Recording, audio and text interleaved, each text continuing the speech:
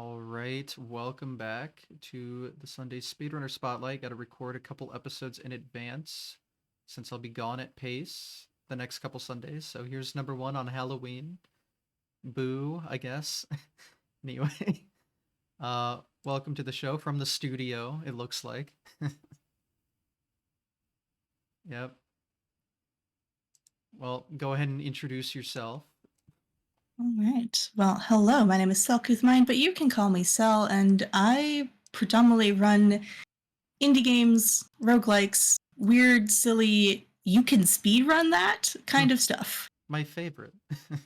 Mm-hmm. Nothing like crossing the line of what it is, I guess. Even though the line isn't that broad, but still funny. But yeah, I am not too knowledgeable about the indie scene of speedrun stuff. I play Mario, so it's about the opposite end of the spectrum as you can possibly get. So I'm interested to learn a little bit more, if Yeah, not there's just a in an entire deep new region. world. Yes, there There's are a a deep. lot of games from what I've Mm-hmm. seen, and most of them are quite good. Uh, Obviously sometimes, but we like the good ones, and there are plenty, Yes. so that's always good. Anyway, we will dive into them thoroughly, I'm sure, but we can start off with the what got you started in the scene. Oh, I had to think back on that one. So I first encountered speedrunning when my, at the time, boyfriend sent me a link to a run happening at AGDQ 2018. Never seen speedrunning before, had no idea what was going on, but it was cool. It was fun to watch. Um, but I had no sense of like I could ever run until a year later, 2019. I started streaming on Twitch, just doing casual gaming and stuff. And then I discovered Stardew Valley speedrunning. And that's a dangerous pipeline. The Stardew Valley speedrunning pipeline is a dangerous hole to fall Beware, into. yes, I see. And that would have been, I joined that Discord in January 2020, so it's been a hot minute. My first ever attempt at a run was Stardew Valley. I think I got about a quarter of the way through a run because I was doing a segmented practice, and I just never went back and finished that practice. Yeah. Do you remember what that first run you saw was? Oh, I don't recall what it was. I know my boyfriend's taste was very much in like the Souls, like the Portal, the I don't know if it would have been a first-person shooter, but in that more dark aesthetic feels wrong because it's not necessarily, but it's not the bright, colorful indie side that I'm now in. I feel like it was something Portal related, but I also checked the schedule for that event and there was no Portal. So I don't know what I saw. All I know is it was really, really cool. I didn't recognize there was a charity thing happening. I just saw speed game being played really fast and out of bounds, and I went, I don't know what I'm watching, but it's really cool. Yeah, and then you open up the can of worms, and there's a lot there. Yeah, it's a deep, deep world. So Stardew Valley was the start, sounds like. Yeah, so the category that I initially tried to run, there's obviously been multiple version updates, which has changed how categories get named a little bit. There's been a lot that's changed since 2020, believe it or not. And so the category that I started with, and you can go see that quarter of a segmented practice run. It's highlighted on my Twitch channel still.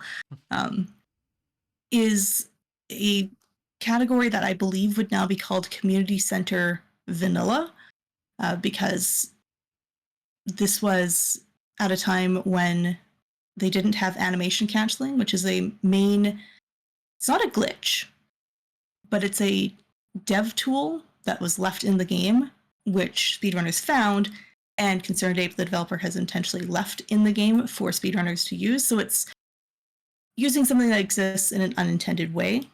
Basically, you can cancel the animation, which makes chopping trees faster, hoeing faster, watering, basically everything except fishing faster. And there's a few glitches you can do using it as well. But at the time when I started, that hadn't been found yet. Neither was seeded runs a thing. Part of what drew me away from Stardew was, one, the length of the run. I started out trying to run a 3-hour run. That was world record. Most people were averaging about 4 hours. That's an ambitious first run for someone, and very RNG heavy. Shockingly, Stardew has RNG. No. And it has more than you'd think. Even seeded runs are not RNG free, which is the hard part of them. It mostly comes down to like forage drops. I don't know if you're familiar with Stardew, but not much. It sounds a lot like Minecraft, and I don't know much about Minecraft, so pardon my limited knowledge, but yeah, I can draw parallels based on what I've heard. Very fair, yeah. Just sort of, you can seed a lot of things, but you can't seed what forage is going to drop where. That's impacted by a different thing, most notably, I believe, by the number of steps you take in a day. So there's a member of the community, his name is Blade, and he's sort of the main code diver of the community. He's now been theorizing things like tracking how many steps you take in a day to impact the luck that you get for the next day, which also impacts the weather of upcoming days. I think it impacts the weather 3 days from the day you're currently on. And it also can impact forage drops. It's very strange and wild, and no one does it except for him because it's really complex. But at the time, I was just trying to do my first runs when animation canceling got found, which just about blew the community up. There was a very hotly debated topic as to whether it should be permitted, whether it should be considered a glitch or not. And then as well, Blade was very much smaller at the time, but he found a way to seed runs by changing the date and time on your computer. Classic. Which was a wild discovery. Somehow he got in touch with Concerned Ape. I'm not sure how. CA is very fond of his fans, but also a little bit reclusive. So yeah, anyway, somehow Blade got in touch with him, and that's how now we have in the advanced menu settings an option to input a seed. So we no longer have to. I think the manipulating the clock lasted for less than 6 months because Concerned Ape went, oh, okay, I see there's a demand and a need for this. Cool, yeah, I'll just turn this into a setting that you can turn on. So, but those two big things happened at the same time as I was struggling to learn the run. And I just kind of went, nope, this is too much. And I stepped away until early 2023 when I got drawn back into doing a 4-player community center run. So I am a longtime member of the Stardew Valley speedrun community. Haven't actually done very many speedruns of it myself. Got it. It's cool. That's the cool thing about like indie stuff is they are usually pretty fond of the speedrun scene, or at least know about it, and you can communicate, and usually stuff like that happens where it's like, oh, here you go. Thank you. This helps. Yeah, Concerned Ape is certainly one of the more friendly devs that I've seen. Not all indie devs are friendly towards speedrunners, and that's a hard lesson to learn sometimes. I've got a game in my history that we can chat about later about how I ended up not learning that run because the devs patched something and basically destroyed the speedrun completely. But yeah, Stardew Valley. I am technically on the leaderboards now. The community ran a vanilla run challenge. So in Stardew, there's sort of 4 main categories of runs. There's glitched runs, which are wild and typically are run on older patches. There's no dialogue extension runs, which no dialogue extension is a particular glitch in the game. So it's sort of the closest thing to a no major glitches category that we have. And then we have glitchless, which doesn't allow glitches, but allows animation canceling, and vanilla, which does not allow animation canceling. So vanilla is basically you are playing it fast with speedrun routing, but the way a casual person would. Like and that so dev tool thing, you just exactly no animation canceling allowed. Versus glitchless, which allows it. Those are the 2 big differences between glitchless and vanilla. Got it. And so everything used to be vanilla because, well, it was either vanilla or glitched. But back in February of this year, they did a challenge to try and get new players onto the leaderboard doing vanilla runs because that's the easiest. You don't need to know any of the speed tech. You don't need to download any of the key rebinding tools that we use for animation canceling. And I forget exactly what it was, but for every brand new person or every person who submitted a run to a category on the leaderboard that they did not already have a run for, that was, I think, $5 going to charity. So I jumped in with a Minds level 50 single player run, a Minds level 50 multiplayer run, and an attempt at running vanilla unseated player marriage multiplayer with a friend. That went disastrously. So it is now the world's slowest Minds level 120 run on the leaderboard, but hey, it was money for charity.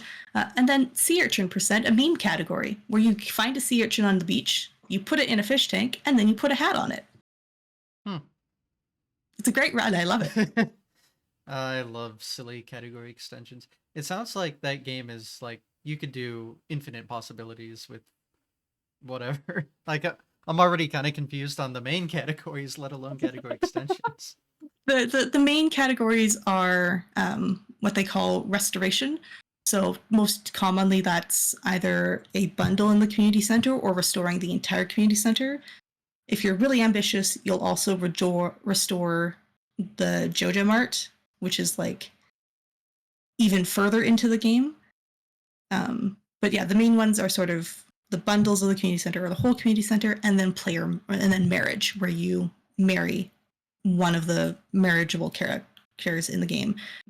You can also marry another player. That is a mandatory multiplayer category. It's not as common because one, it takes 2 people to do, and 2, it's way harder. But that's sort of my next goal, is to try and successfully get a player marriage run done, because it's just a really fun and cool run, and it involves content that's not commonly seen in some of those really common categories that you see at events and stuff. Mm-hmm. What makes it harder if you have like a second player? It sounds like you could just decide in the game and be done. I don't know.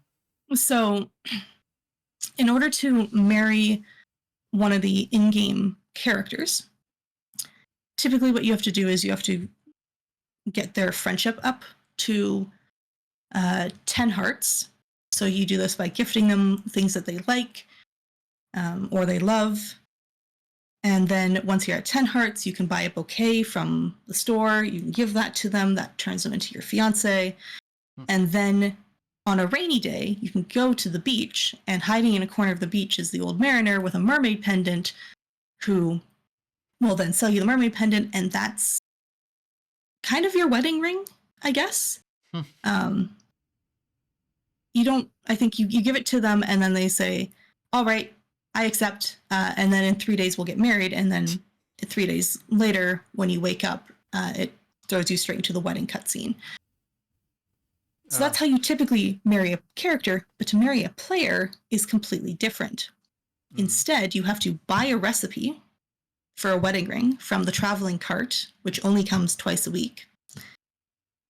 And then to make the wedding ring, you need items from the desert. So there's Stardew Valley, which is the main location of the town, but there's a desert you can get to. You have to repair the bus.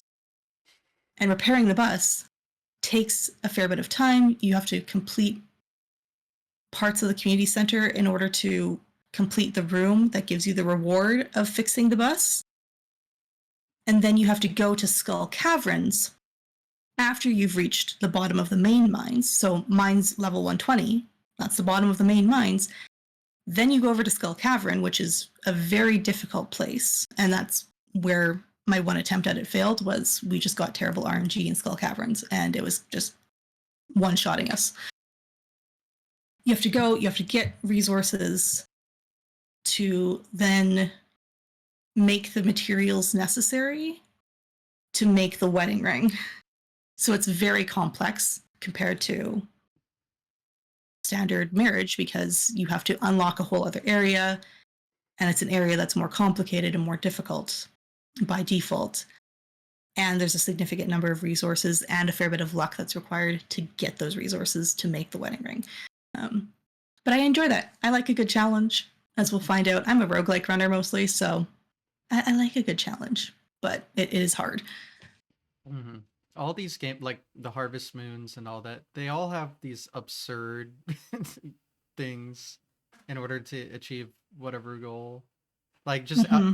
listening to this like out of context, not knowing the game, it just sounds so silly.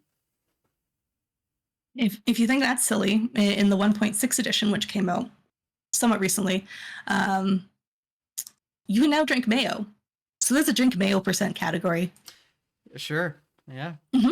love Yeah, that. it has wild strats that you would not believe.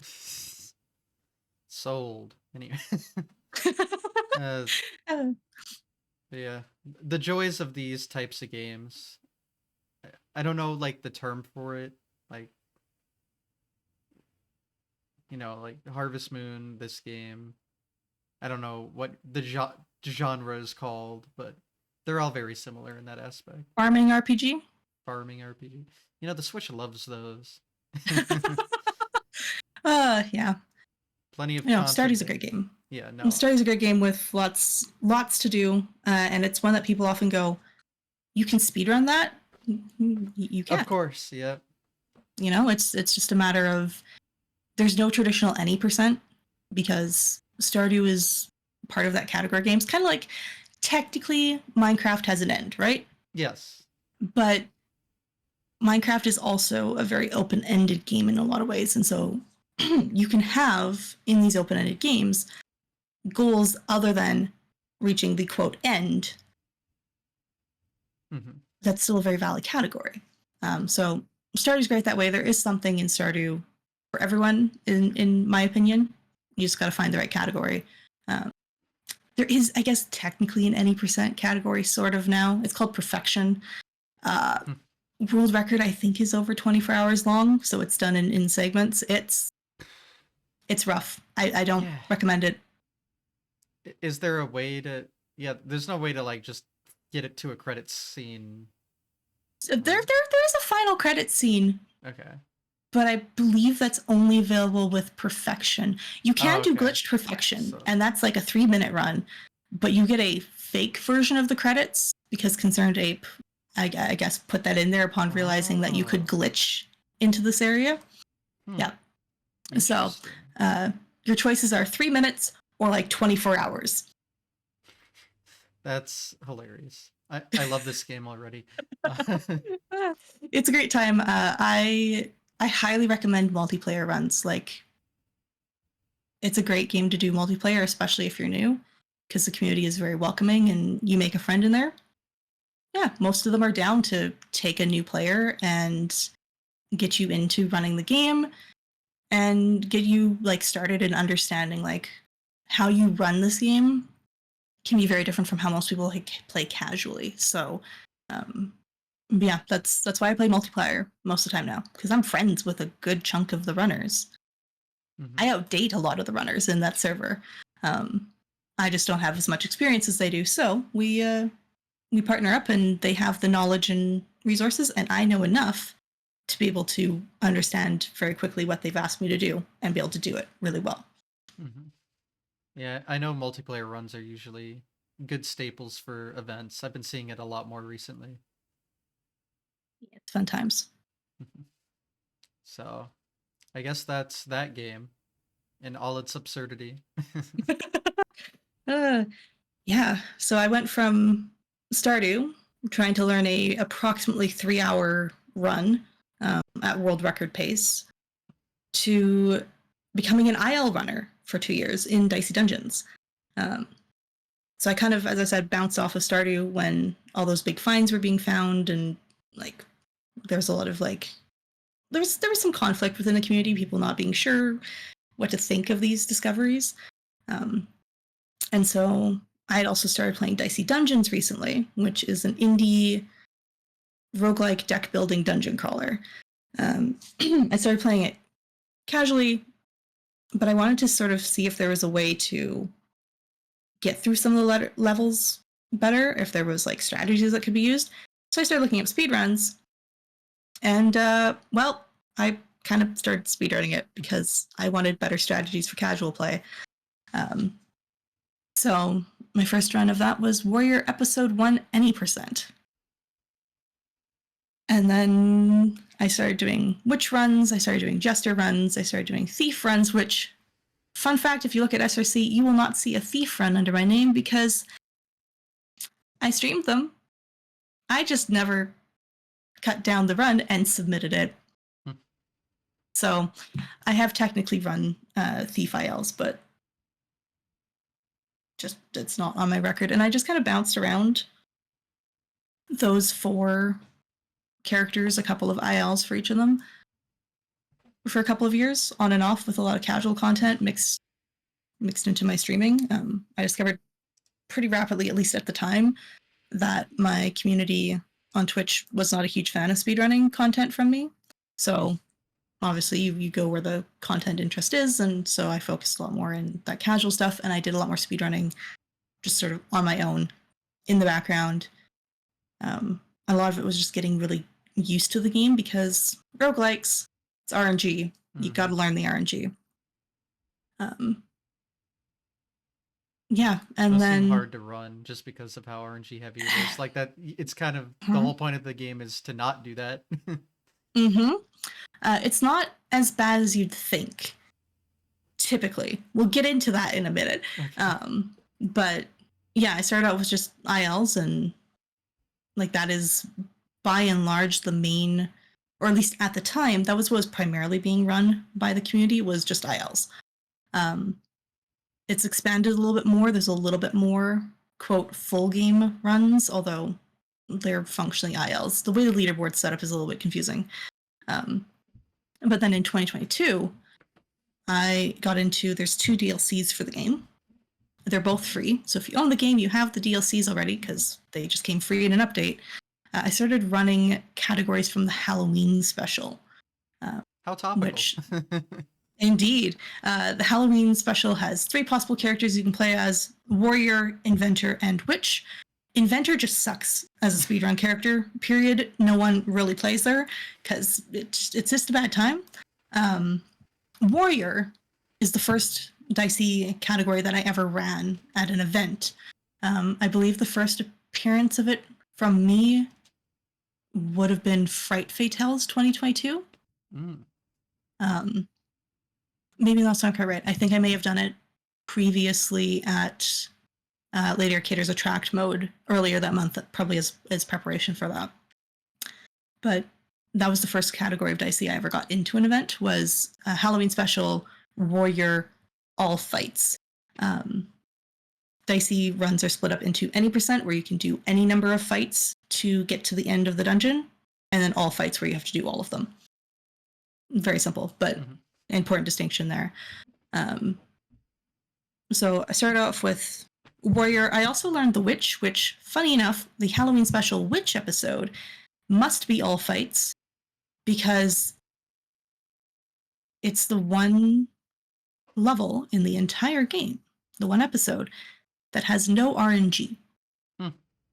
Which is very strange, right, for a roguelike. There's no RNG in this. But instead, the witch, if you've ever played her casually, she's very puzzle-based. She's sort of, if you really like puzzle games, that tends to be the character that like puzzle game runners tend to land on if they ever try the game.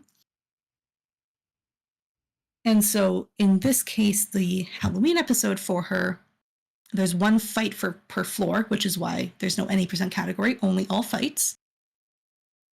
But the mechanics are different. So normally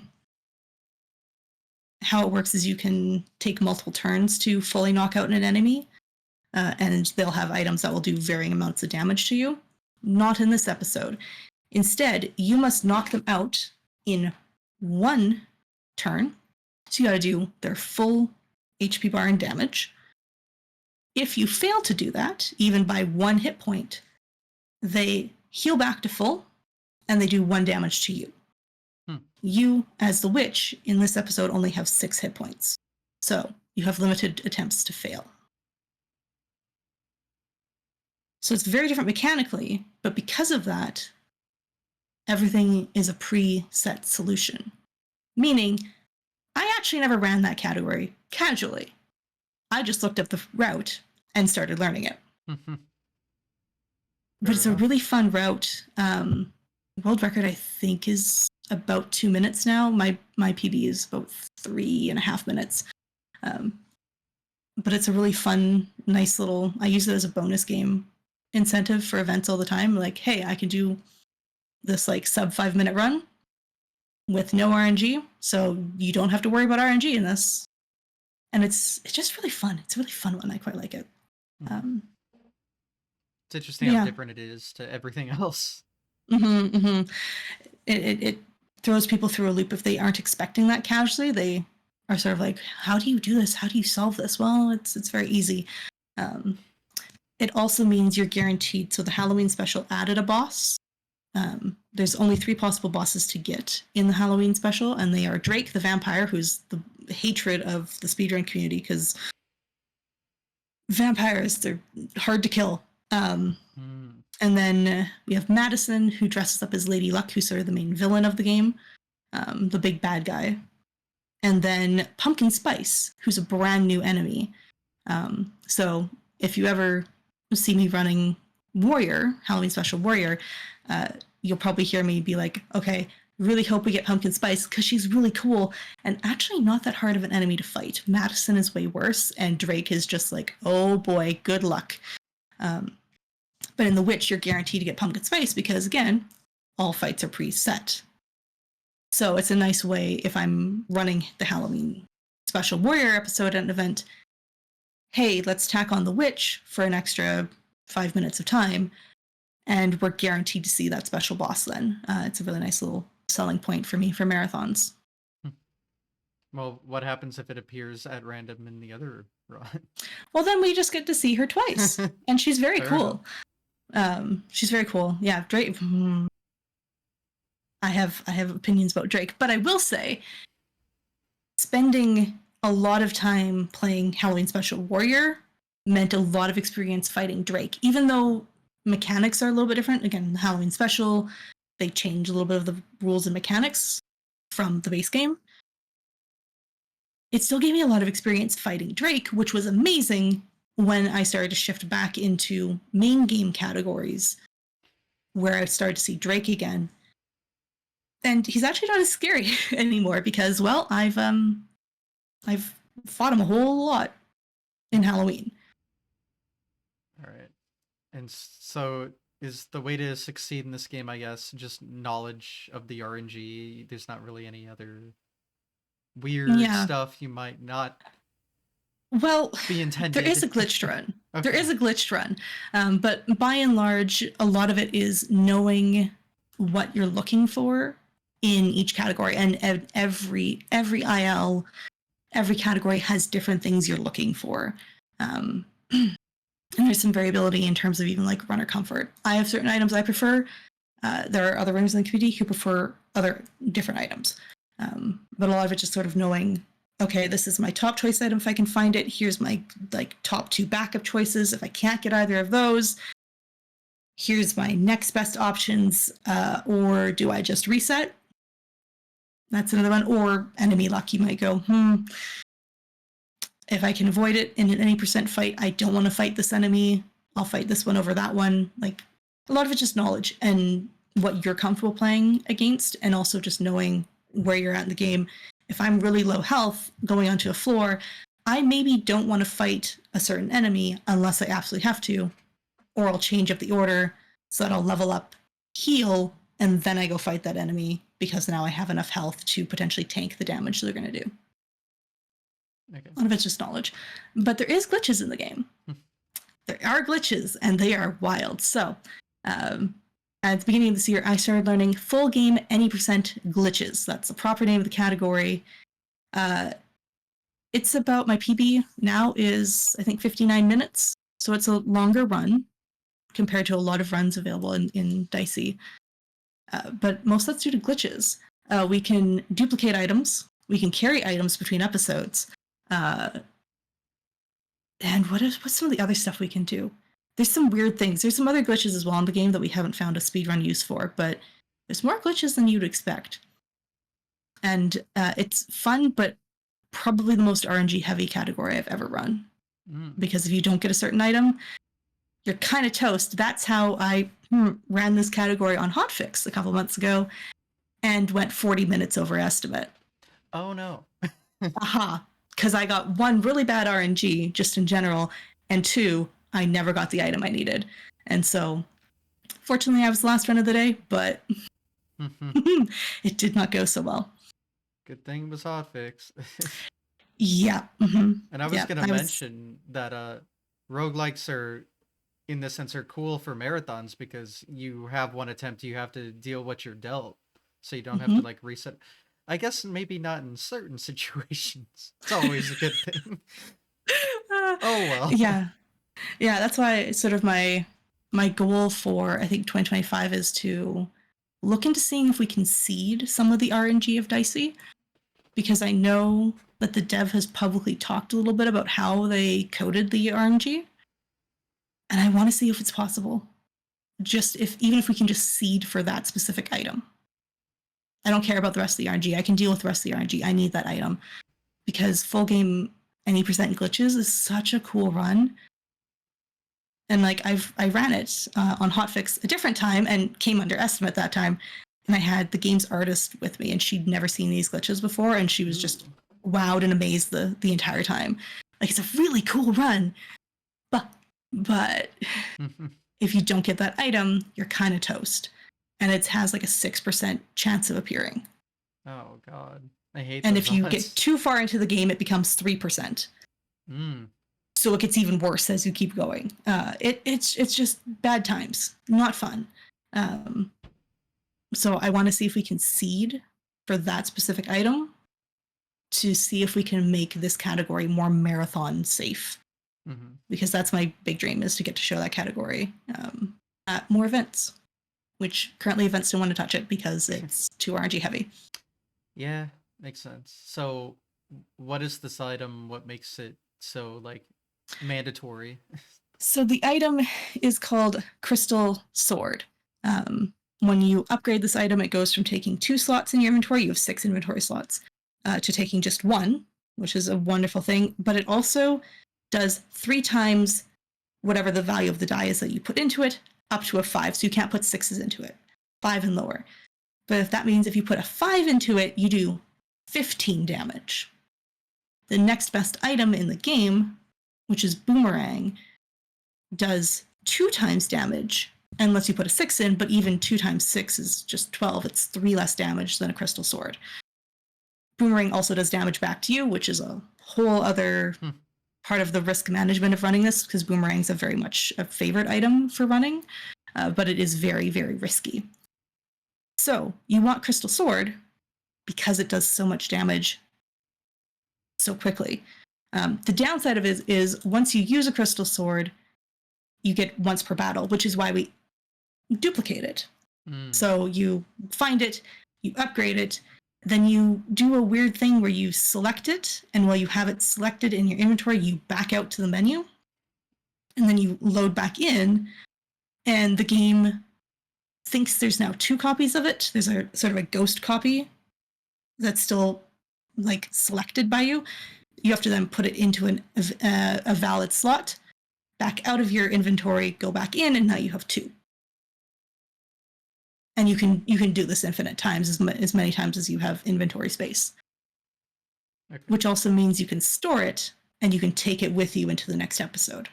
So if you find it in episode 1, you can carry it through all 6, or I guess we only do 5 episodes. I don't think you can carry it between characters, but you can carry it between episodes of one character, which makes it a ton of fun. And you melt enemies. If you have 5 of those in your inventory, you just wipe the floor with the crystal swords. All right, I see why it's crucial now. Makes sense. Yeah. So that really disastrous hotfix run, crystal sword just never appeared, and boomerangs were killing me. So I had to go with the next best option, which is battle axes, which have a max damage of 8. And it was slow. It was painful. It was not. The RNG was not kind. I see. But in theory, it could be. It could be, you know? That's why I want to see it, because I think it's a great run and more people should see it. Yeah, I know a lot of games like that have seeding capabilities, and it's actually very interesting, like how all of them can like do it in different ways. Like you said, Stardew Valley is like your step counter. It's just so weird, like just Yeah. how any game handles its RNG. It's always different. Just And fascinating. and especially with indie projects and like solo dev stuff, like Stardew was a solo dev. Dicey was predominantly a solo dev. Most of it was Terry Kavanagh. Um, so sometimes those solo devs get a little inventive because, well, it's just them. They are the only ones who need to understand the code. So you get some very interesting things in the code sometimes because they didn't have to make it understandable for someone else, or it just has to make sense to them. Yeah, that's interesting. I didn't think of it that way. Yeah, I bet that there's some very absurd ways people do things that I could not comprehend. But as long as it makes sense to them, Mm-hmm, it's as long as the game runs, mm-hmm. I And guess you it's know, we get great fine. games out of it. Yes, So can't argue with that. All right, mm-hmm. well, I guess we can continue the timeline journey. Yeah, so I guess that's Dicey has always been my main game. Still is. I'm learning new stuff with it. But I've dived into other stuff. Like my first marathon appearance was Flame Fatales 2022. I ran a game called Life Slide there. It's like a paper airplane sim. Um, it was a good time, good experience. Got me into marathons. It still feels very weird thinking about it. Uh, being on GDQ for your first ever marathon appearance, that feels a little strange, but stranger things have happened. But since then, I've like done over 24. I was trying to count. I don't have a fully accurate count. I'm still collecting some of my really old runs up, but like I've run at over 24 different events. I do some showcases of games, things where like rhythm games. It's hard to do speedruns of those, but you can do some really cool showcases. Mm-hmm. Um, and then I've been on Hotfix a good handful of times. Lady Arcaders, another all femme group, has a bi-weekly event called Attract Mode. I've been on there a number of times. Yeah, I guess then from there, once I started running, um, once I'd done Life Side of Flame Fatales, I started looking for more games to run because I know that one, Dicey Dungeons runs, especially ILs, are very short. Most of them are like an estimate of 10 minutes at best, and that's preparing for worst RNG. That's not really. Marathons don't typically want runs that short. So I started looking for other games I could run. And so I landed upon, I think the next game I landed on was a game called Lost Nova, a solo dev, a game about learning to take a break, to rely upon others, and to slow down and appreciate the good things about life, Well, which I screw now that. Let's speedrun. speedrun it. Yeah, exactly. It's wild. I have had the dev. If I recall correctly, my first appearance on Hotfix was a show called She Is Speed, which is no longer around. It was hosted by Lana Ruse, and I had the dev on commentary, and he was just kind of in shock the whole time. But he was like, "Hey, you clearly love the game, passionate about it. It's a beautiful game. Um, there's bunnies that you can pet. They're very, very cute. Uh, it's a cool game. There's not a whole lot of strats to it other than just like optimizing your routing and like resource collection, but it's a cool game. That was the first game I routed by myself. Like I played it casually, went, I love this, and then I figured out how to route an any percent category, and I figured out how to request a page on SRC. Like that was kind of the start of me now owning 6 leaderboards. I formerly owned 7. I handed that one off to a friend earlier this year. I now run 22 different games. Like that was the start of the path. I got lost in the indie game sauce after Lost Nova because I discovered, hey, there's a million great games out here. No one's running it yet. Cool. I'll be the one to start. So then I went to, I think the next one was the Red Lantern, which is a roguelite, very specifically a roguelite. It's not a roguelike, it's a roguelite, where you play as a musher and a ragtag team of sled dogs, trying to find your way across the Alaskan wilderness to your new home. casually, it's way more fun than a speedrun. We unfortunately have kind of cooked all the fun out of the speedrun. It's heavily optimized now. So New Game Plus, anyways, and New Game Plus is probably the only viable category. I don't think a New Game category will ever be run safe because the RNG can be very cruel on us at the start of a fresh save. So I love the game. It's not so much a fun speedrun anymore for me, so I don't run it so much anymore. I'm trying to think what else I found. Flufftopia. Speaking of really obscure games, how about a solo dev project released only on itch.io for, I think it's for sale for $2 USD? It's a clicker game. Oh. Mm-hmm. What do you think happens in Flufftopia? I'm very curious. As someone who's never heard of it, well, you say clicker game. All I can think about is cookie clicker. People speedrun that for some reason. Is it similar gameplay style to that, or does clicker mean something else? Different. So it is a clicker, and that like you click on the piggy bank, and it gets more coins per click and all that. Mm-hmm. And you buy buildings, which will then start passively generating you income. Yeah, so but it's a clicker game with a branching story. And I ran it, or specifically, I ran the alternate ending category at Fright Fatales 2023. Okay. This game looks very cute.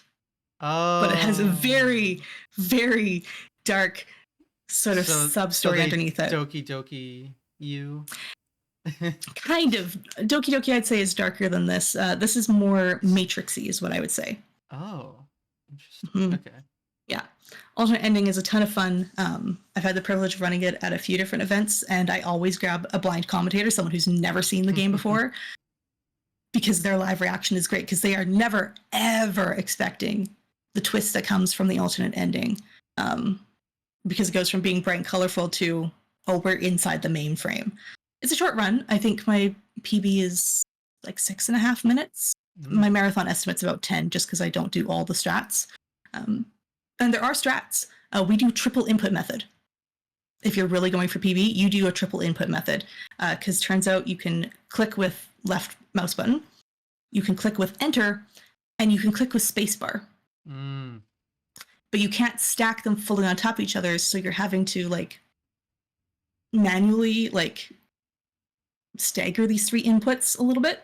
It's like on the Genesis, when you have to piano roll for like spin dashes and Sonic games. Yeah, or like it's what do they do on NES? The rolling technique, except you're hitting buttons instead of pushing the controller up to hit a single button, but like just that kind of movement. Mm-hmm. Yeah, it's pretty intense. It's a little bit murder on the wrists. This is why if you're grinding for a PB, typically in the community you do about 2 attempts and then you take a break for half an hour and then you come back. But yeah, we have literally 3 input methods, and it's when I run it in a marathon, I just do 2, because 1, I need time to talk, and 2, there needs to be time for, if it's a charity event, donations to be read. Like, I don't want to speed through this game at full pace. We're going to sit back a bit. We're going to build the tension. We're going to get people to be nervous. The true horror ending, I think, is what I would call the main ending. You end up with workers, half workers. Okay. Yes, just half the workers go missing. It's fine. It's okay. There's definitely not a product called Flufflint Green in it. Well, when you say true horror ending, I can only expect the worst. So it's a wild game, but it's fun, and that was sort of the start of me just digging through. Like, I own a couple of bundles from itch.io, from some of the big like charity ones they've done, where it's like they give $5. You like 300 games or something. Exactly. That's crazy. And like the one night I was just bored looking for something to play casually, and I was sort of scouring through the list of games from those bundles, and I found Flufftopia and went, oh, clicker, it looks cute. This should be fun. Play Surprise. it. And go, oh, I want to speedrun this. Immediately set up live split and did my first run. Ooh. So good, huh? that has been how I've found a lot of games since then, has been browsing the deep, dark edges of the free or really cheap categories on Steam or in my itch bundles, looking for these little things, these little gems that no one's ever heard of, but are actually really fun. Mhm. I think I have Itch's first bundle they did. Uh, I couldn't tell you what it was called, but so I have one of them. I don't think I played any of the games, but you know, I put money to good causes, so good enough. Mhm. Yeah, Actually, I think I got it's micro mages on there, which actually gave me an NES ROM to ooh, put on my actual NES, so that was cool. I think that's all I used that's that really for. cool. But Hey, you know, there's some real good stuff on itch, and there's a lot of not so great stuff. You got to really dig for it. But I can for me, imagine. as someone who loves the indie and the obscure and the weird stuff, like that's the perfect place for me to go hunting. Hmm. Um, and then I also a lot of my main content, at least for the longest time, was devs would send me keys of games and I'd do like live first reactions to them, like little mini, not full playthroughs, but like I'd play through an hour or two and live react to it and show it off to my chat and stuff. So I've gotten a lot of keys that way. So yeah, I'm looking at my list of games I've run, and like Watch Me Stream My Mental Breakdown is one of those where I got the key from the dev and was just like, oh, this is really cool. I want to speedrun it. Duck Detective The Secret Salami is one of those. Coffee Caravan's one of those. Um, these Crossroad OS, these names are all absurd. of the uh-huh. Yeah, Watch Me Stream My Mental Breakdown is a really fun one because people see that name and they go, are you okay? And I'm like, yeah, I'm totally fine. Yeah. That's the name of the game. Mm-hmm. It is shockingly a deck building roguelike Okay. combined with a visual novel. It's very odd, but very good. Um, I still have not beaten the game. There's more endings I would like to get on the leaderboard, but first I have to get there Hmm. casually. So uh, that's a fun one, and it's wild. Trying to name the categories that one was interesting because in one of them the character dies. So it's Oh, like, I don't want to call this death percent. What do I call this? I came up with something that still describes it without being death. too macabre. Yeah. So, but yeah, a lot of it has been since then. It has been diving into either games already in my inventory. Like for example, For the King was one of the first games I ever purchased on Steam when I made a Steam account. For the King is a turn-based strategy roguelike. Shocking, I know, more Hmm. roguelikes. I'm Um, noticing a but I trend. didn't start speedrunning that until I think late last year.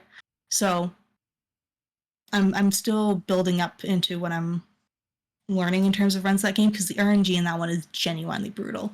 I am looking to learn some more categories of it. I've got a couple events coming up in 2025 that I'm eyeing up, but that's a lot of how I pick games now. Is I go, okay, I've submitted most of my main stuff to most of the events now.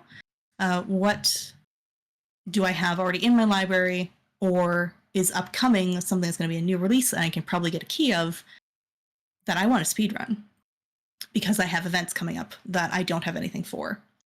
So I have a lot of new releases. I actually straight up emailed a dev and publisher for a game called Rack and Slay, which is a billiards roguelike. Shocking, once again, more roguelikes.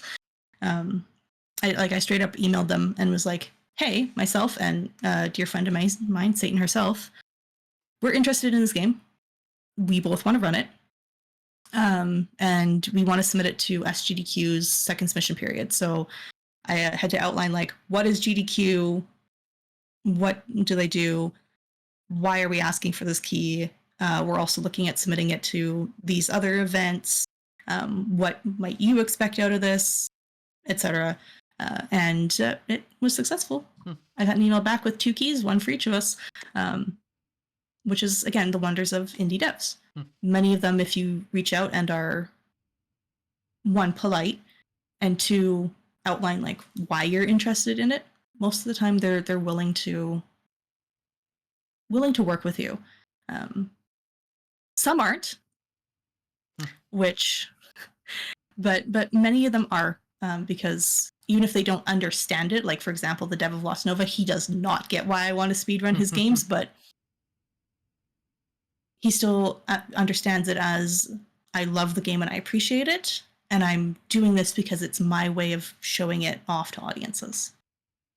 Speedrunning's a great way to get replay value, so it makes sense to me. Yeah, and for someone who like submits to a ton of marathons online, even if there's 50 viewers, hey, that's one more person who maybe sees the game and goes, "Oh, that's cool. I want to try it," and gets it. 50 viewers is 50 eyes looking at your product. Yep. Yeah. Not all devs are cooperative though. I've also done a fair bit of like multiplayer runs. In more recent years, Osborne, a dear friend of mine, we met when I was learning Trifox. That's another indie game there's a long history of Trifox.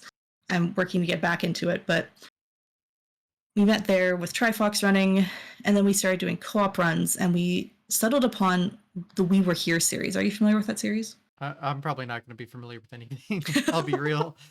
Hey, I figured I'd ask because it's a little bit well known. It's puzzle co-op, so you can only play these games co-op.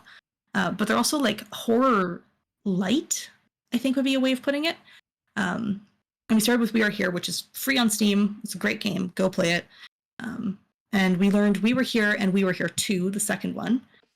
And we've done those two runs as a run in a marathon. But we were looking at doing all 4 games in the main series. There's We Were Here 2, We Were Here Together, and We Were Here Forever. And then there's an extra 5th one now that's sort of like side content and is don't bother with that one. But we learned the first 2, and we were working on learning the 3rd one, and we were having a little bit of trouble with it as we decided, before we get too deep into this plan, because we were planning to submit this for mainline GDQ events, before we get too deep in the sauce with this, let's look at We Were Here Forever, because we were looking at the times, and We Were Here and We Were Here 2 are both very short runs. You can do the 2 of them, and even with switching games, like sub 15 minutes, very short.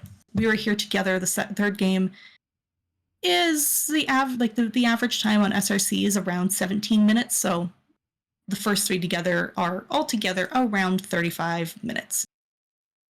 We Are Here Forever, the newest game, glitchless runs are an hour and a half. That's the world record. Glitched was about an hour. So that's a big time jump. Let's dig into this game a bit more, see what's going on. And we discovered that part of what was going on was the devs actually put a thing in when they did a big patch off of, I think it would have been version 1.02. They put a thing into the code, meaning it does a version check. So if you're not running current version, the game will not launch. So the first 3 games we can down patch, and We Were Here 2 is you don't run any category of We Were Here 2 without down patching to release patch. The other 2 games have current patch version. So the second game is only release patch. We Were Here Forever, we can't down patch, which I understand that's a PC player complaint. I know consoles can't really down patch. So I'm aware that's a very privileged complaint we have. But they also, on top of that, as we were looking at it, we're like, okay, so we can't down patch. That took out a massive skip that saved like 12 minutes. And then we were looking at the video and we were saying, okay, there's this particular glitch that they're doing. And I was like, okay, well, there hasn't been any runs done of this game in a few months. I'm going to check Steam to see if there's like patch notes, if they've patched it further, because we've clearly seen, and this is talked about in the We Were Here community as well, the devs are anti-speedrunner. They don't like us. And so I went and I looked to see if there was an update newer than the last run on the leaderboard, and there was. And there was easily 500 bug fixes, many of which were important ones for casual play. But I was reading through and I found the section where we typically do the one glitch. And it said in there something about patching something that I went without testing. I can't say for sure, but reading these patch notes, it looks like they've patched out the glitch. And it saves a significant, like it saves about 30 minutes, that glitch. Okay. So, we just kind of went, oh, well, I guess we're not going to learn this category or this game because potentially any time save in this game might be dead. They also changed some other things, like you could, if you bumped into the right thing at a certain angle, you could speed up movement in one section. You could speed up a cutscene. They patched that out. So now the cutscene takes the full 45 seconds instead of the 30 seconds if you did a very specific setup. Yeah, so great games. Love them. Highly recommend them casually. But yeah, welcome to devs who are not speedrunner friendly. How can you not be? We're like free dev or game testers. You know, what are you doing? Oh well. And it seems to be in the puzzle game sphere where a lot of those devs are maybe a little less friendly of us because, well, we break the game, or we're, I don't know, I don't fully understand the reasoning, but I'm also a speedrunner. But yeah, there's some who just aren't very friendly, and unfortunately that was, I no longer, Osborne and I no longer run the We Were Here series because the devs are not friendly to us, and so, you know, the first two games are fun, but 15 minutes is not a very good submission length, so.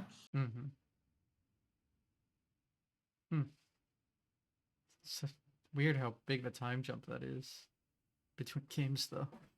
Now, granted, they're bigger games. The first game is free for a reason. It was a project done by a group of them. I think they were fresh out of school, so it's quite small. It's not very big. We Were Here 2 is also fairly small. It's similar in length. The first We Were Here game has one player who doesn't, in the speedrun, does next to nothing. It's very dependent upon the one person basically memorizing everything. And then you're good to go, which is fine. We Were Here 2 is a lot more balanced in terms of both parties have a lot more to do. Casually, they force you into some like time segments, but as speedrunners, we know how to get around that. Also, we down patch, so it saves some of this. But Together is a bigger game. Together is a much longer game, the third one. And then Forever is also the longest game. Like, casually, it's a big game. But it also, Together has skippable cutscenes. Forever does not have skippable cutscenes. And it has a lot of cutscenes. And they're very long, and they're not audio balanced very well. They're very loud. Osborne and I watched the world record run to sort of get a sense of it, and we were just like, why are the cutscenes so loud? It's also slow. Like, so many of their puzzles in Forever are also just really slow. Like they're you have to be very patient and methodical in them. And so they're just not speedrunner friendly. It's kind of a walking sim, which is unfortunate because the series is really cool. The lore of the series is really cool. It just kind of sucks that the devs don't really like us as speedrunners, so. Oh well. Oh well. There are other games. Osborne and I have moved off to Slime Rancher co-op. That's our current project, and then we're gonna start working on a Hat in Time co-op. So we're branching off. We're finding things to do. There's plenty out there, luckily. So,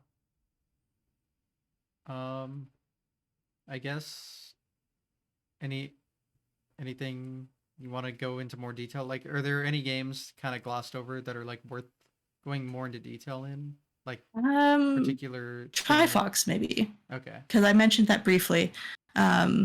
So Trifox was a game that I again got a key for from the PR team, and they were hosting a speedrun competition. This was in collaboration with Speed Gaming, I think. Let me check the Discord because I get two different groups. Like Speed Gaming, yeah. So it was being run through Speed Gaming. And it was an interesting game for me because by and large, most of my gaming experience up to that point had been very 2D heavy. Again, I've Stardew Valley, it's a 2D game. Dicey Dungeons, 2D game. Lost Nova, 2D. Red Lantern is technically 3D, but you really just have left or right movement, so it's functionally 2D. Buftopia is 2D. Basically, everything I run is pretty much 2D. Trifox, 3D, platformer, twin stick shooter. Okay. In the style of like Crash Bandicoot, Ratchet and Clank, Jackson Daxter. Okay. So also had like the retro camera, which was very new to me and something I had no, like that took a lot of experience for me getting used to. I also picked it up to learn it to submit for a second submission period. So I learned it under incredible time pressure because there's not a lot of time necessarily. It was a learning curve. It was a time, but it was also, it was also my first game as a speedrun without a bounds movement. There's some wild out of bounds movement in that game. We have a member of the community who went and, with the devs awareness, because our speedrun channel is in the devs server, went and like decompiled the levels so we could see exactly where we could walk safely, where there were invisible walls and where there were holes, and you could fall either into the level or into eternal falling. The eternal falling stuff is very fun but very annoying when you're on a good pace. So yeah, just like it was a great community, great time, but it was a very challenging run for me, and it was a very stressful one. I actually have never played the third world casually. I didn't have time to. I had to start learning the run. So World 3 is fortunately super broken.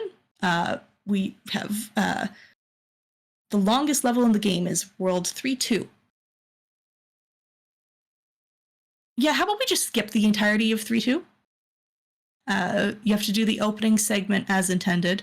That's the fastest way. There is technically an out of bounds skip you can do to skip the opening segment, but it's now slower with the new strat we found. And I actually am part of the reason for finding that skip, which I am proud of. This was sort of my beginning of starting to find some glitches and skips and tricks and stuff. Discovered that if we use the teleport ability, we could get on top of a thing and then use a teleport to kind of get on top of the frame of the door and then do a tiny bit of blind movement, get the camera through the door, walk along a ledge, and then do another drop down into an area which is supposed to have enemies in it, but because you haven't done the trigger for them, they aren't there. And then we have to do another teleport, but the landing point is blind, and then a little bit more blind movement, and then we drop down, and the portal is right there. The exit portal is there, and it's active right from the start. The devs found that out and went, we don't know why we have that on from the start, but that's such a complicated way to get back there. No one's ever going to do that casually. We're going to leave that. You're welcome. So, like, the devs for that are wonderful. And part of it is, like, obviously they knew that there could be speedrunning interest in the game, obviously because they ran this competition with speed gaming, but it's the only time I've actually won money as a speedrunner. They did a race at the end of the event, and the top 5 places would each get cash prize. There were 5 people who submitted, who entered the race. So I came in dead last. My PB, and it's still my PB, of an hour and 12 minutes, which is, I think, about 30 minutes behind world record. It's slow, and I know that. But I got my PB there. And because, hey, didn't matter, there's 5 of us, I was guaranteed a cash prize. So, easy one. Hey, it just cost me 3 hours of time on a Sunday afternoon playing a game that I was already grinding a lot. But yeah, there's a lot of, it's a game I want to get back to because I learned it under a lot of stress. My first ever run of it was 4 hours long, and that does not include the time of me pausing the timer and having like a full mental breakdown at my desk over the final boss, because that boss is really hard, and then restarting the timer and finishing it up. But I want to get back to that game because I think it's got a lot more to it.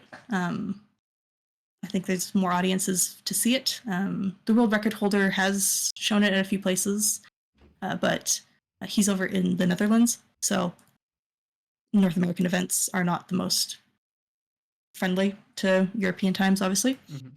But yeah, it's a cool run, and I want to get back to it because I know there were some strats that were being theorized, but we kind of had two groups of people in the community. The people who are really good at like theorizing or like digging into the code or decompiling levels so we could see like where it's safe to walk on the ceiling and where it's not.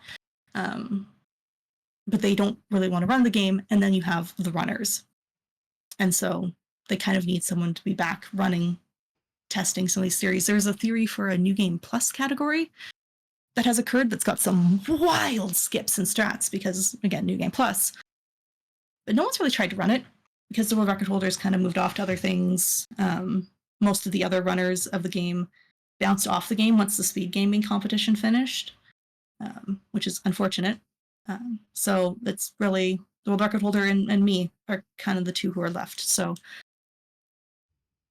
that's on my 2025 list, is to get back into Trifox and see if we can find some new discoveries, because I think there's still more to that game that we don't know yet. All right. Yep. Still keeping the track of, I haven't heard of any of these, but some of them are interesting enough to at least look up what the run looks like so I can better understand what's being explained. Because some of it is a level of absurdity that you can only fully appreciate by viewing it.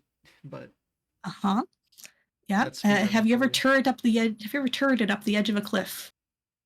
Can't say I have. Welcome to Trifox. Fantastic. We do that quite a bit. You have seen What the Car, though. That's one of my newer speed games. You have seen What the Car from PAX. Yeah. PAX, yeah. Yeah. Yeah. I'm trying to think. One of the other. So I have also helped route a game. I haven't actually done a run of it, but I've routed a game called American Arcadia, which is a wild game that combines 2.5D platforming with 3D puzzle solving. Interesting. All set in a like kind of semi-dystopian like Truman Show sort of like story context. Okay. It's really cool. I helped a friend route it, and they're the ones who've actually done the run of it now. But we discovered that you could go into the files for the game and delete certain cutscenes. And that's how you save time. Because they're just cutscenes that play to give the game time to load, but the loading times for the game are quite fast. So we don't need 1.5 minutes of cutscene when we could sit with a black screen for 10 seconds and the game loads. You can just delete them? Yeah. Okay. Yeah, you can just delete them from the folder. And I literally painstakingly, because the run is about a little over 3 hours, so I painstakingly sat with my friend in voice chat for multiple nights as she played it, and I kept track of like, okay, so we've hit this cutscene. It looks like this cutscene is this cutscene in the file. Let's try deleting it. We'll back up to a save that was made just before that point. The game has now frozen or crashed. Cool, we can't cut that one out. Let's leave that one in. Let's try the next cutscene. So we figured out all the ones that you can cut out, and the game will still progress, which is really cool. I think there's potential for some other things to be found in that game too, but again, it's not been routed down very well. I don't like runs that are over 30 minutes. 3.5 hours is a little bit much for me. So maybe one day I'll run it, but yeah, I had fun helping route that and figure out the cutscenes that could be deleted. Surprised that you're allowed to do that. We didn't check to see if someone had made an SRC page for it before we recorded that run. We recorded it, submitted it, because we discovered it had been made. Because I was just like, okay, let's record this. And then once we have it recorded, because you have to submit a video to make the page, I was like, record the run. I'm on commentary for you. And I'm clearly talking about how I helped create this category and this run and wrote it. I will submit it as I've like sort of quasi the runner here. And then we checked after we finished recording and went, oh, there's already a leaderboard for this. Well, submitted it, and the mod accepted it. There's now any percent and then any percent with cutscenes. So I see. If you want the cutscenes in, you can still run with the cutscenes. But that seems a bit unnecessary at this point then. It does take out a lot of the story, which is really cool. But also final input happens, and then there's 15 more minutes of essentially a cutscene, but it's not truly a cutscene. I guess it would be in-engine of just sort of finalizing this, like finishing out the story. It's an amazing game casually. I highly recommend it. I don't see a lot of games that blend like your sort of more retro-y 2.5D platforming with this like 3D first-person perspective, like puzzle narrative type work, and it blends these two super, super well. It's a great game. It's not the most amazing speedrun, but it's a phenomenal game, and I have a deep love for it. Well, that's all that matters. So, trying to get back to the timeline side of things. Have we like gone through the whole thing, or are there more like modern kind stuff of. we haven't? What's one of the? Oh yeah, one of my newer selections from this year. Because again, I'm always picking up new games because again, a lot of it is, hey, I've gone through my current game batch of games, all the marathons I want to submit to have seen these games now. What's now? What's new? So there's 3 games that I submitted for SGDQ 2024 second submission period that are kind of cool. You got Coffee Caravan, which blends my love of cooking sim or like restaurant management with roguelike. Surprise. I wasn't expecting it. You got me. Technically, I counted. I run 22 games. Only 7 of them are roguelikes, shockingly. I know. I was surprised too when I did that math. Duranko Wonko is another one I picked up earlier this year. It's a free game on Steam. You play as a muddy puppy. It literally translates to muddy puppy. Published by Bandai Namco, of all people. Okay. Think Power Wash Sim, but in reverse. Oh. I like Power Wash It's a chaos Sim destruction more. simulator. Oh, okay. It's a chaos destruction sim, and it's great. It's fun. The run is really short though, so I haven't. I kind of have retired that one. I'm happy to be on comms now. I've got a friend who is the world record holder, and I will do commentary for them when they get into events. And then Duck Detective: The Secret Salami. Sure. Which is a like narrative puzzle game. Yeah. Very film noir. Very serious crimes are happening. Someone stole a salami sandwich. Yeah. But is that the only crime that has occurred? Or is there something deeper happening underneath? It's fun. I love it. That's a great one. And then also this year, I finally, the one non-indie game I run is The Sims 4. Oh, okay. That's another one of those games that people go, huh, you can speedrun this? Yeah. You can. You can. I specifically run The Sims 4 Aspiration Grilled Cheese with Expansion without Gallery. Those are some words you said. Or grilled cheese percent, as I call it. Basically, there's a secret aspiration in The Sims 4, aspiration being like life goal, essentially, in The Sims 4 called grilled cheese. And to unlock it, you have to eat 3 grilled cheese sandwiches in a row. And then there's steps. There's 3 levels to this aspiration that you have to do, including talking to the Grim Reaper and going to space. I'm confused. It gets very weird very fast. It's great. My PB is 8.5 minutes. That's a lot to do in 8.5 minutes. Yeah. It's very wild. There's some RNG to it because you have to talk to a lot of Sims as well, and sometimes the spawn rate of other Sims is really low, and it's really terrifying and frustrating when it happens. Also, the EA launcher. I have no kind words for the EA launcher. I don't think anyone does. No, that was part of it. Part of why I wanted to learn this to submit to SGDQ 2023 because it's very silly. But at the time, that was around when EA switched from Origins to the EA launcher. And Origins was at least a functional product. I hated that too, The though. EA launcher is not a functional product. And so I had to do a full like system reset on my PC to be able to play The Sims 4. Yikes. Period. Like it would not launch because of the launcher. And even then, it still wants to give me trouble sometimes. Like I have to reconnect Steam and the EA launcher because I own the game via Steam.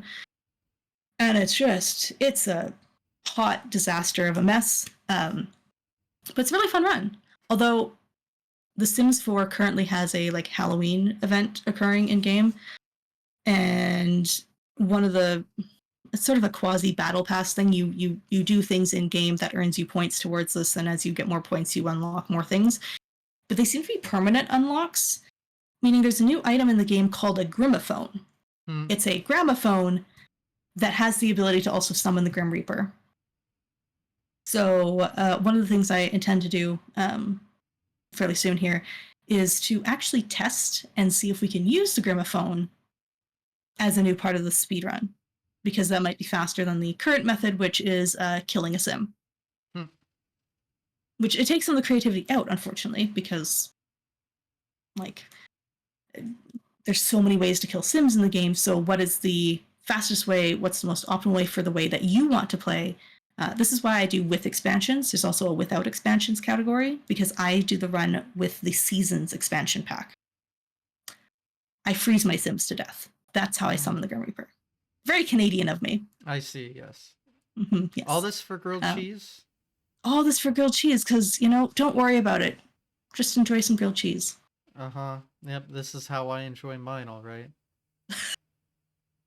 Besides that, I ran that at Flame Fatales this year, and chat had a wild time with it. Like it's no one knows what to expect going into it, and it's a fun time. It's a short little run. My estimate's about 12 minutes, and it's a very fun little silly run that also belongs in that category of you can speed run that, because yep, I have just a few of those. The Sims. It just they fascinate me sometimes. I don't know if I can recommend the speedrun solely because of the EA launcher, but if you can stomach dealing with the EA launcher, come speedrun it. It's so much fun. It's wild. I am also cooking up. One of the projects I think for 2025 is to cook up a category. There's a Jungle Explorer expansion pack. And in that one, there's a whole brand new world that you can go visit. And then you can like explore through the jungle and find your way to a temple. And there's multiple different temples available, but you can find temples, and then you have to like solve puzzles to descend through layers of the temple. And it's really, really interesting, but it's not a category on SRC currently. So I'm sort of working to see if I can turn this into a viable category, or if the game's mechanics want to say no, or if a future Sims update just says, nope, screw you, and you no longer get to run this, because that's also possible with The Sims 4. You speak from experience? Have they done this? Not for grilled cheese %, but they have definitely made changes that make it more complicated. They updated... The only major update I've seen so far that's actually helped me is they updated the social interactions menu. So when you click on another sim to like talk to them or interact with them, there was an old style of doing it, and now there's a much newer way of doing it. Which is actually easier for grilled cheese %, because you have to talk to sims about grilled cheese, and that's a specific like menu thing that you have to click. Now I know exactly where to find it, versus before I had to wait for it to like randomly appear in that main menu, because there was no way to actually navigate to it. I had to just wait for the sims to offer it to me. Now I can just do, click on the person, I go to friendly, I go to, I think, small talk, and then it's either small talk or interests. I don't remember which one. I know which one it is in game. I can't remember off the top of my head though. And then talk about grilled cheese is an option there, and it's always there. So I don't have to worry about it RNG appearing. Yes, no, maybe not. So that was a helpful patch for me, but maybe not so helpful for others. Sims is so absurd. I think of The Sims, I'm reminded of the guy reading the patch notes and just losing his mind. It's so The Ah, Sims. oh, The Sims is wild. It's a great time. It, once you get past the EA launcher. Mm, yeah, Hmm. classic EA moment, but oh well. Right, so is that have we gone over most things? Yeah, I'm just sort of looking at my notes here. At least in terms of Yeah, the. in terms of like what I run, we're kind of at like my current Mhm, batch of games. I've already mentioned like I guess what's coming up next is a couple of games I'm looking at for AGDQ second submission period. mhm, We'll find out obviously with games lists whether I have a first submission period game in or not. If I need to learn something new, I've got a couple ideas, and then as well, Hat in Time co-op with Osborne mhm, because Slime Rancher is fun and cool.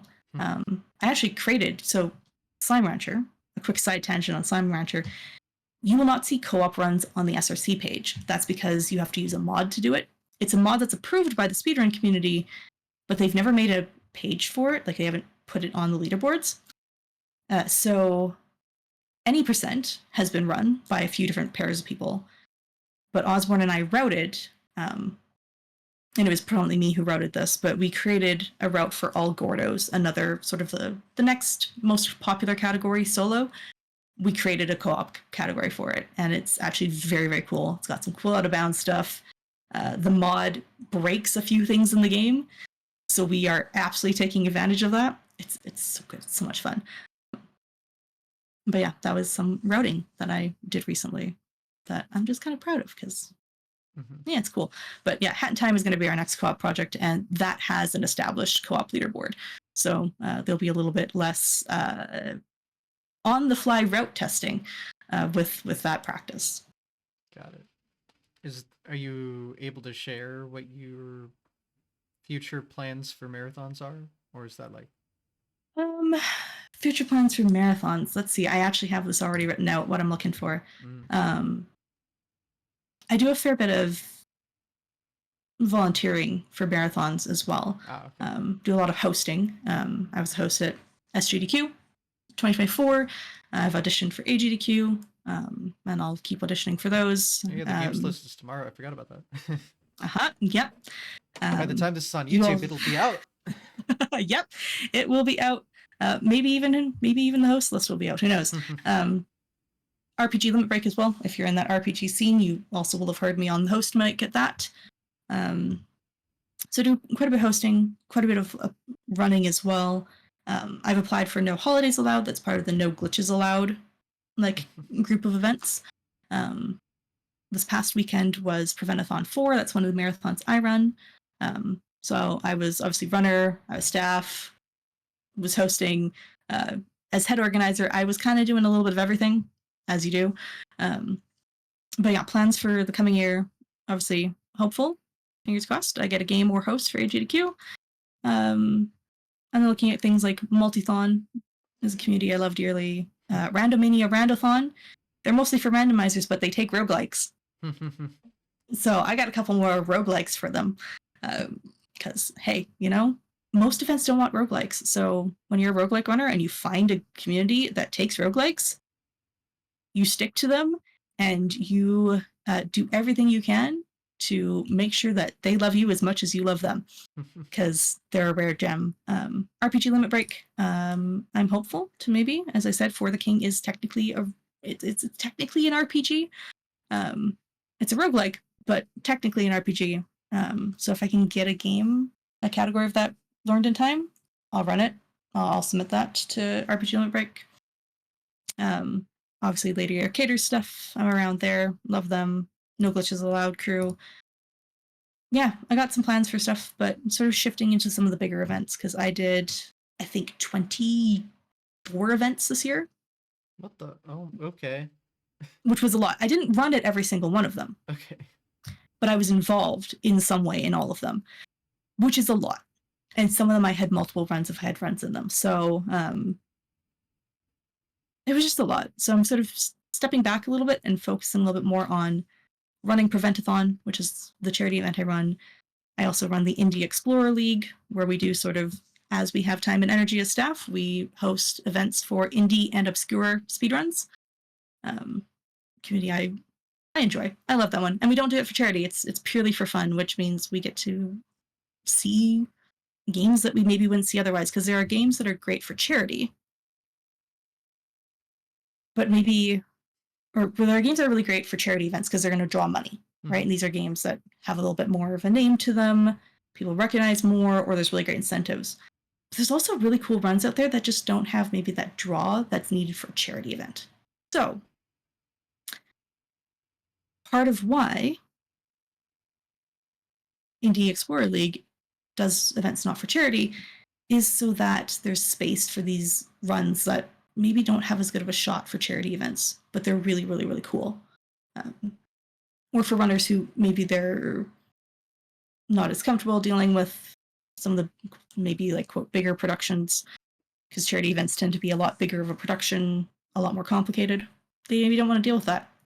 This is a safe, comfortable place for them to, you get to show off your game, but without that pressure of like, oh, am I gonna, like, if I slip up and swear by accident, am I going to get banned? No. You might get a little talking to if you get too far into things, but there's no charity for us to have to worry about.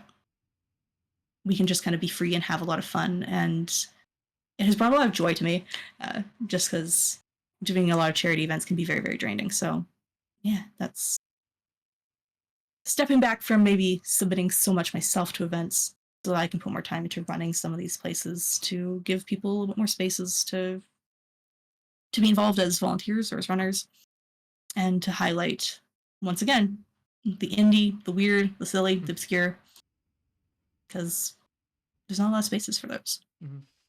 And you can go into detail about the events you run specifically, because yeah, I'm sure there's a bit to talk about there.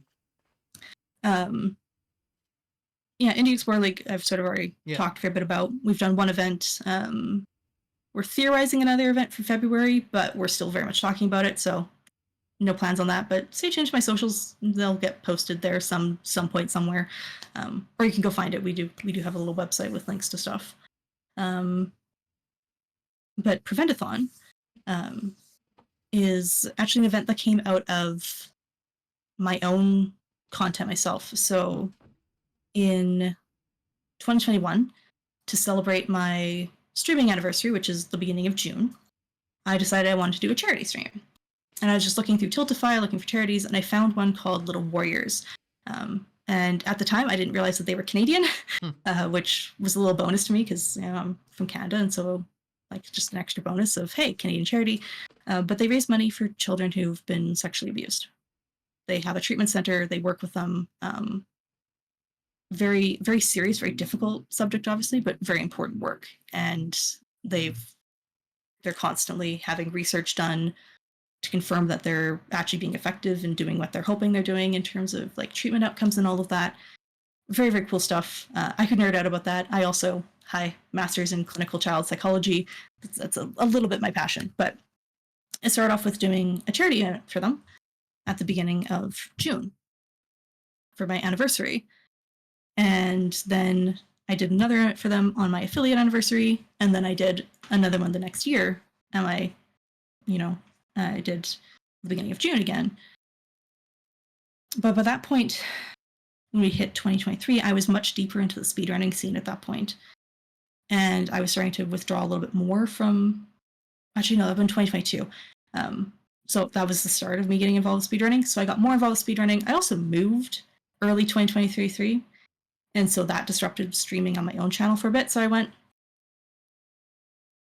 why not create a speedrun event that will happen at the beginning of June and raise money for Little Warriors? So that's how Preventathon was born. Start off small. We did an event in June. It went pretty well. We raised a little over 1,000 Canadian. We went for 2 days and then was like, okay, well, let's run one in the fall. Preventathon 2 was a little bit of a hot mess. We didn't raise a whole lot of money. I think it was 225. It was also a 1-day event. It didn't go super well, but money's money. It happened. Yeah. We didn't have one event and then die. We succeeded at 2. And then we did our 3rd event again at the very end of May, beginning of June this year. And that one blew me away. We did 3 full days and then a little evening at the start as sort of like a little pre-show, and we raised $3,300, Ooh, which is a nice. massive jump, Yeah. right?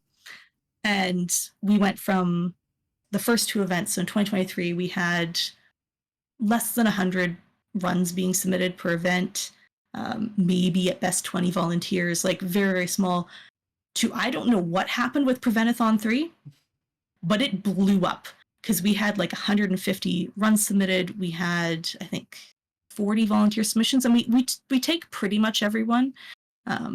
Obviously, there's some people who you go, you've applied to do tech, but you have like no tech experience whatsoever. And you don't want to do the stuff that's like good for intro to tech. You want to do the advanced tech stuff.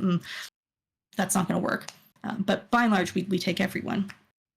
And so, yeah, Preventathon 3 just kind of blew up, and I still don't know how it kind of, I don't know where it got popular or who found it, but it was this incredible event. Absolutely blew me away, which was also really wonderful because I was extremely sick at the beginning of 2024. Like to a point where there was actually a consideration of like, did I have cancer? That's like how ill I was. Oh. I don't. I'm good. Okay. There's some other stuff going on. But like I was, because of that, I had to do a lot of prepping of just like, I might not be able to be the head organizer for Preventathon 3 for whatever reason. And so we did a lot of hard work into building really good documentation and training up the staff, making sure that they could run without me if they had to. And I think that's really paid off because it's now a really well organized event. And that's something a lot of people have commented on, is it feels really well organized. It's still fun. It's not a like really strict and hardcore event, but people know what to expect when they're volunteering, when they're in a role for the most part. And they appreciate that because not all events are that clear. But that was born out of a, hey, I might not be able to run this anymore. And so the information shouldn't just live in my head. It needs to be on paper. Because if I can't be there, if it's in my head, it's no good. And yeah, so then we just had Preventathon 4 last weekend, the 24th to the 27th. We did 4 full days. They were 15-hour days. It was a lot of content. Absolutely wild. We tried some new things. We did a little, like how mainline GDQ now has like the checkpoint partway through the day where they do like these little like recaps of things and stuff. We tried that as well. We just put it at the beginning of the day. So it was a little like, I did some interviews with people. We played like little short videos from the charity to sort of tie things in, remind people of the charity right off the bat, all these things. We tried a bunch of new things and it was really fun. And we also brought on a bunch of new staff as well for Preventathon 4. After Pat 3, we realized we had grown massively and we needed more help. So, and I think we still need more help. So we'll probably be putting out a call for some more staff in the near-ish future. But yeah, it's grown massively, and it really excites me to see something that went from me in 2021 just wanting to do a charity stream and just sort of happening to pick this charity to it now being this speedrunning event that runs twice a year, and our last 2 events have raised over $3,000 each. So like I don't know how it has grown so successful, how it's, I don't know, but I am very proud of the community, and yeah, I love them all dearly, and we've gone to see some really cool, great runs. Yeah, that's awesome. I mean, I'm glad there's so many speedrunning events out there for all sorts of different charities, some even not. There's just huge variety in there, and I'm glad they can all like do well in both for itself and for others. So yeah, for sure. Gotta love hearing about them. So but yeah, I'll have to remember that next time. I haven't done like online events in forever. I need to get back into that. I've been slacking. Yeah, you should have. We had a little mini PAX West reunion crew because King J ran Golf with Your Grandmother. Oh my god. Which was a ton of fun, and it broke the host. I passed off to the host to read some donations, and the host was like, I don't know if I could do that, because he was so shocked. It was beautiful. that was a great run. Then we had Supersonic did a couple of Mario games for us. Phantom also did some runs. Toronite did Pokemon TCG. Yeah. So we have a little mini PAX West crew reunion, and we're just like, oh, GT Ace is missing. Oh, well, we think fondly of him. Thank you. Yeah, no, I've been doing so many like in-person events. I just don't even think about online, but I need to stop slacking. We'll get back into it eventually. I will slide into your DMs next time with a submission form. Sure. Slide in with a submission. This is what head organizers do. We just we slide into DMs with submission forms and be like, hey, submit to my event. You got to do what you got to do. Indeed. I understand, but I mean, sounds like you don't even need to. It sounds like people submit. And you got plenty of content from them. So. Oh yeah, we had. I'm trying to think how many hours of content we had submitted. I think we ended up taking about 56 hours of content. Like that was the 4 days full at 15 hours a day. Mm-hmm. But how much did we have submitted? We had quite literally just under 200 hours of content submitted. That was like 8 full 24-hour days worth. Wow. It was a lot. Yeah. Games committee was hard. We are changing up our method for next time because yeah, that was too much. That was too much for us to handle with our current system because it's not built for almost 200 submissions. It's built for maybe 100 at best. So lots of learning curves, lots of things. But I'm excited about that. And in some ways, I'm more excited about that than I am about new speed games I'm learning. But yeah. Yeah. Well, I mean, just hopefully it continues to grow, right? As all speedrunning events. Hopefully they can just keep on keeping on. Indeed. We need more speedrunning events. You know, yeah. The big ones are great. Like GDQ is fantastic. Love them. They do some great stuff. RPG Limit Break's also great. They're bigger. Like there's so many bigger events that are especially in person. They're great and they serve a specific sort of population and need. There's also a need for there's something special with smaller events and online events because they're more accessible. Indie events. Like Preventathon. We're back. Indie Run. Yep. Like Preventathon 4, we had runners from the UK, Ireland, France, Japan. We had a backup runner from Germany, I think, and one from a Nordic country. Like, this is possible in an online event. It's way more possible, right? Because I know people will travel for, especially like mainline GDQ. Yep. But it's easier for them, and it's easier for some of those smaller voices because I don't know, you would be aware of this, right? Mainline has some common faces that are always around, and at a smaller event, some of the smaller, lesser known people can be seen, or like, hi, I'm a VTuber. Hello. At a smaller event, I can be a VTuber. Versus if I ever do get a run into mainline GDQ, I will have to figure out how to protect my identity because I'm a VTuber for safety reasons. How do I do that while still running at mainline? And I've got some thoughts, and I think I've got plans for that. And it's not stopping me from submitting, obviously. But with an online event, I don't have to worry about that. So, like, there's all these different considerations. They're both important for their own reasons. Yeah. They're both great. They're both important. I will say Preventathon is considering potentially at some point in the near-ish, emphasis on the ish, future, doing an in-person event in Canada because, one, there is, to my knowledge, one reoccurring in-person event in Canada, and that's in Quebec, which is out east. I'm out west. And then Lady Arcaders is starting to do an in-person event. They did their first one this year, and it sounds like they're going to have it again in 2025.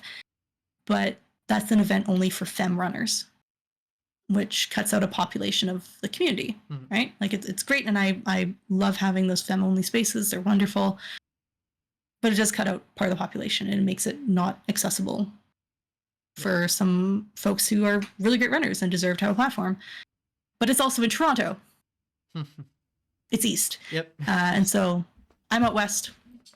I know there's a lot of people in the Pacific Northwest in the US who would love to have something in person out in their general vicinity. So, yeah, there's a thought to potentially try an in-person event out in Western Canada, and just see if there's, just sort of see what the interest is. And maybe Preventathon will start having like one event per year in person, maybe. I don't know. We'll see. There's a lot of whole other details before that that I gotta figure out, that include potentially talking to a lawyer about things. It's very complicated. But potentially live events aren't maybe easy. No. Oh no. Online events are hard enough. I am scared to dive into the world of in-person events, especially on the tech side, but I'm also really curious because it could be really fun. So got to cover the ground. I see the land. Got to do your research and make sure you're planned. Every few square miles must have an in-person speedrun event coming soon. Oh, if only. Oh, right? If only. Yeah. I don't have anything near where I live. It's so sad. Unfortunate. The closest one is SGDQ, I think, and that's like 9-hour drive. So I still fly. Ooh. Yeah. Right. Ooh. Yeah. The closest in person for me was PAX West. Yeah. And that's still, I got to cross an international border and fly. It was, not a long flight. It was 2.5 hours, but still gotta fly into the US. So. Yeah, I'm sorry. No. Yeah, but yeah, we'll see. We'll see what comes. We're cooking up some big ideas for Preventathon, and we'll see what we end up doing, what ends up sticking, and what sort of the community is calling for. Moral to the story: big or small, support your speedrun event. Yes, very important. They are all cool. Yep. Go watch and show love. That's what I say. And I recommend, as someone who now runs 2 events, get involved in existing events first before you go make one. Because by getting involved, you'll see what mistakes can be made, so you don't make those same mistakes. I have learned the hard way from being on staff for a couple events, one which was run very not organized well at all, and I have learned from those mistakes. And so Preventathon has never made those mistakes because, well, I knew those pitfalls and avoided them. Yep, gotta start off with your volunteers and your small events, and then you can learn what you need to do whatever. Well, have we covered the whole history of you, I guess? Is there anything we haven't gone over? I think so. I think the good summary is, don't be afraid of being the first or only person to run the game or run a category. Like, I run Cook Serve Delicious. I invented a category because the SRC categories are horrifically boring to watch, and I love the game. So just don't be afraid to. You love the game. No one's ever run it before. Cool. Go figure out a category. Go route it yourself. Doesn't have to be perfect, but go figure it out. You don't even need a leaderboard or a category. You can just go ham. It's that easy. And requesting a leaderboard on SRC is not that scary, I do promise. If you're really confused on how to do it and Google is not helping you, feel free to DM me. My DMs are open on socials. I'm happy to help walk people through that process, but I do promise it's not very scary. It can be a little annoying. Play what you enjoy. It took me 3 attempts in the only thing I've ever done. Maybe I just have favor with the leaderboard mods. I think the fastest I've had a board approved was 8 hours. Oh my god. Yeah. Yeah, I speedrun getting them approved. Fair enough. I mean, gotta be on brand, but the only time I ever did a leaderboard, a game submission, was for a ROM hack in Mario 1 where you can play as 2 players at the same time. You've probably seen it, but it took me 3 tries because the first time they thought it was just the co-op mode in the game. No.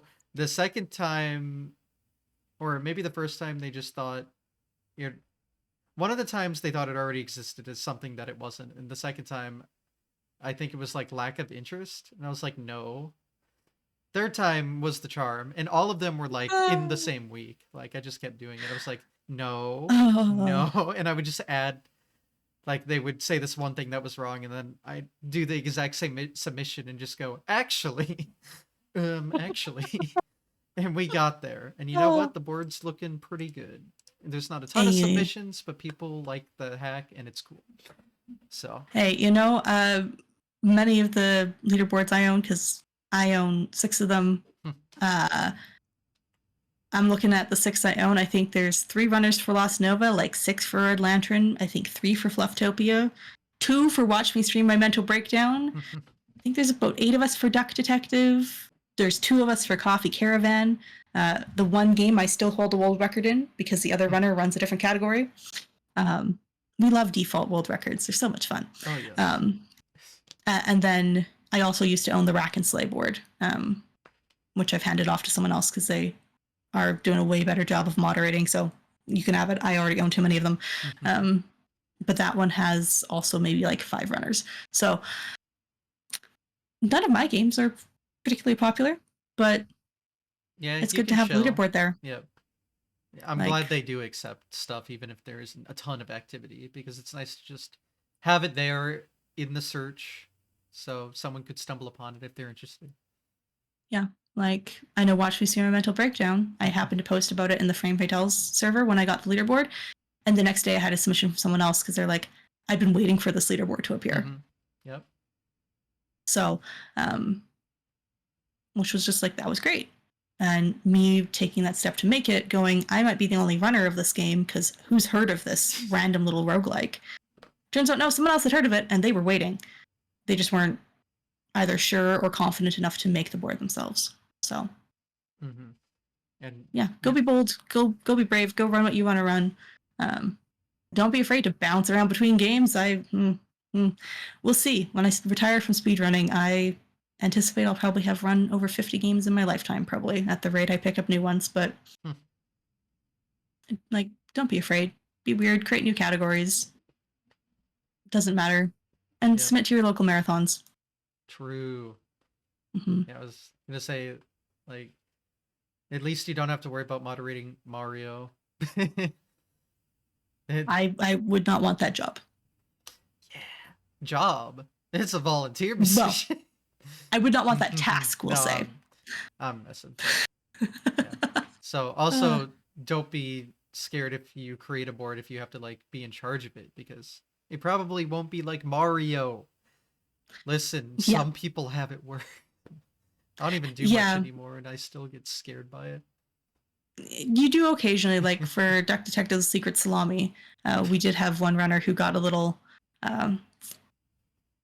snippy with me. Not a fan of some of the decisions I made, but I also like reviewed what they were suggesting, and I went, no, I think this makes more sense. This is more logical, and it's like tough. You can not like that decision, but I am the leaderboard owner, and currently, based off of what everyone else is saying, no one else has a problem with it. So you gotta just kind of deal with it. Yeah. So yeah, sometimes you get the odd runner, even in the small games, who is a little bit suspicious of why you chose to do something, but it is what it is. Yeah. At the end of the day, as long as the decisions are like accepted by the community for the most part, that's what matters. Yeah. The community should always make the rules, and that's what everything does anyway, for the most part. So yeah. And I guess the other tip, when you're making a leaderboard, you don't have to necessarily make your own Discord for it. You can take a look. Like, most of the games that I own leaderboards for all point back to a server called, let me find it. It's just a server that is called Indie Speedrunning. Was started by a good friend of mine, the Masked Mango. We run a lot of games together.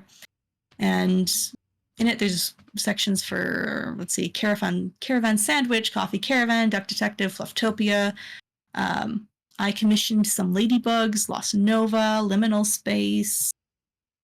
the newest one, the Rocky Horror Show video game is in there. Like, there's so many. And it means that there's a little bit more sharing of resources. There's people who are in the server who joined for a specific game, learned about another game from it, and went, oh, cool, I want to run that. Mm-hmm. So you don't have to make your own Discord. Yes. If you can find a pre-existing one, see if you can get connected into it, because people have limited Discord space. And also, don't limit all your information to the Discord. Put all the useful information on the leaderboard, like the guides and the resources or whatever, so it's there. Very important. Yes. Do not lag behind Discord. Please don't be like Dicey Dungeons, which that's another project for 2025, where I want to start building some proper guides, because right now you have to manually know what terms to search for in the Discord to find it. Oh my god. Yeah, no. And it's even I can't find it, and that's been my main game since 2020. Like half the time I can't find what I'm looking for. So even some of the big games have terrible resources, but you can change that. You, my dear speedrunner watching, can change that. True. Go help the community. Resources should be publicly available. Or at the very least, if they're in Discord, make them organized and easily accessible. Like Stardew Valley has a channel where like core like important things are pinned. They also have a ton on SRC. But if you're in the Discord, they have a separate channel. All that info is like pinned and organized neatly, and you can find it.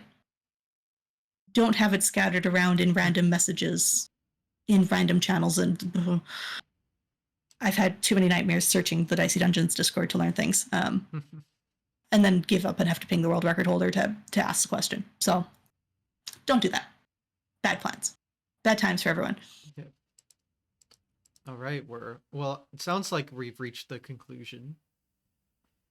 Yep. Unless there's anything else, but it sounds like we've hit what we wanted to touch on. So yeah, no. Thank you for having me. Yeah, thanks for doing this on short notice. I had some plans fall through, so I'm glad some people stepped in last minute to get some episodes out while I'll be gone next week. So yeah, we'll have a wonderful time at Pace, and I'm honored to be the first VTuber. You are the first VTuber. First of, we'll see how many there are, but you can wear that badge of honor, I'm sure. It's going in my Twitter bio. Sure. Very, very honored title around these parts. But yeah. Yep. Thanks for watching, everyone. Feel free to self-promote, by the way. It lets you do that. Oh, yeah. I see on the screen there's links there. Most of my content, most of the time, is on Twitch at selcouthmind. I don't do a ton of speedrunning over there, but on occasion you'll see some stuff there. All of my speedrunning content on YouTube is at Selkie Speedruns. I have a main channel where my non-speedrunning content goes. The two should be linked. If you want to see that, you can find it there. I am on Twitter. I've sort of moved over to Blue Sky as my main one as well, but I also see that on screen. But by and large, if you want to see all of my links, you can go to selcouthmind.neocities.org. That's my website, and it has all the links to all the places there, including links to both Preventathon and D&D Explorer League. If either of those sounded interesting to you, come check out those as well. Well, there we go. Well, yep. Thanks everyone for watching. You know what to do. It was just told. And yeah, if you're watching live, I have another episode tomorrow night, and then that'll be the following Sunday. So YouTube, business as usual, but yeah. Got to get everything done in advance because you miss 2 Sundays at speedrun events. The timing just doesn't make it easy for this, but it's in the name. I have to stick to the Sundays, so that's how life is. All right. Thanks for watching, everyone. Take care. See you next episode, and goodbye.